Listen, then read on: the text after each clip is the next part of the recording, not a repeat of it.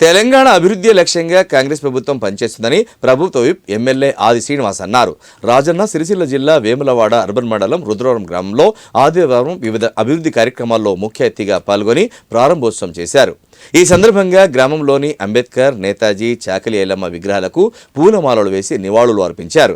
గ్రామంలో నూతనంగా ఏర్పాటు చేసిన వాటర్ ప్లాంట్ ప్రారంభించి ప్రభుత్వ ఉన్నత పాఠశాలలో నూతనంగా నిర్మించిన 2 వంటగదులను రిబ్బన్ కట్ చేసి ప్రారంభించారు. అంతకుముందు గ్రామంలోని పలు ఆలయాలను సందర్శించి ప్రత్యేక పూజలు నిర్వహించారు.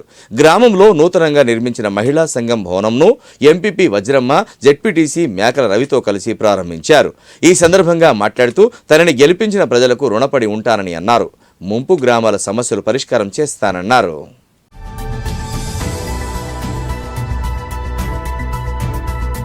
ఈనాటి ప్రారంభోత్సవాలలో మంచినీటి సమస్య పరిష్కారం కోసం ఒక వాటర్ ప్లాంట్, స్వచ్ఛమైనటువంటి నీరును అందివ్వాలని, ఆరోగ్యమే మహాభాగ్యం అనుకున్నాం.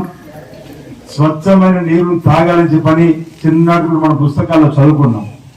ప్రభుత్వం పక్షాన నీరును అందిస్తున్నప్పటికీ కూడా మరింత స్వచ్ఛమైన నీరును అందించాలని ఆయా ప్రాంతాల్లో స్వచ్ఛత సంస్థలు కానీ, ఆయా గ్రామ పంచాయతీల్లో పాలకవర్గాలు కానీ మినీ వాటర్ ప్లాంట్లు, ప్యూరిఫైడ్ వాటర్ ప్లాంట్లు అనేక ప్రాంతాలు పెట్టి ఇక్కడ కూడా ఒక చక్కటి అవకాశం ప్రజలకు ఇవ్వాలని చెప్పే కార్యక్రమం కూడా, దాంతోపాటు హై స్కూల్లో, ప్రైమరీ స్కూల్లో ఉన్నటువంటి విద్యార్థులకు మధ్యాహ్న భోజనం అందించేటువంటి కిచెన్ సెట్ కూడా ప్రారంభం చేసుకోవడం, మహిళా తల్లులందరూ కూడా చర్చించుకోవడానికి, కూర్చోవడానికి ఒక మహిళా సంఘ భవనాన్ని కూడా ప్రారంభం చేసుకోవడం, అదేవిధంగా పల్లె ప్రకృతి వనం కానీ అనేక కార్యక్రమాలతో పాటు ప్రహారకోట నిర్మాణం సంబంధించినటువంటి శిలాఫలకాలను కూడా ఈరోజు ప్రారంభోత్సవం సందర్భంగా ఈ మనం ఉన్నటువంటి వేదిక కూడా ఈనాటి ప్రారంభోత్సవంలో పెట్టుకోండి.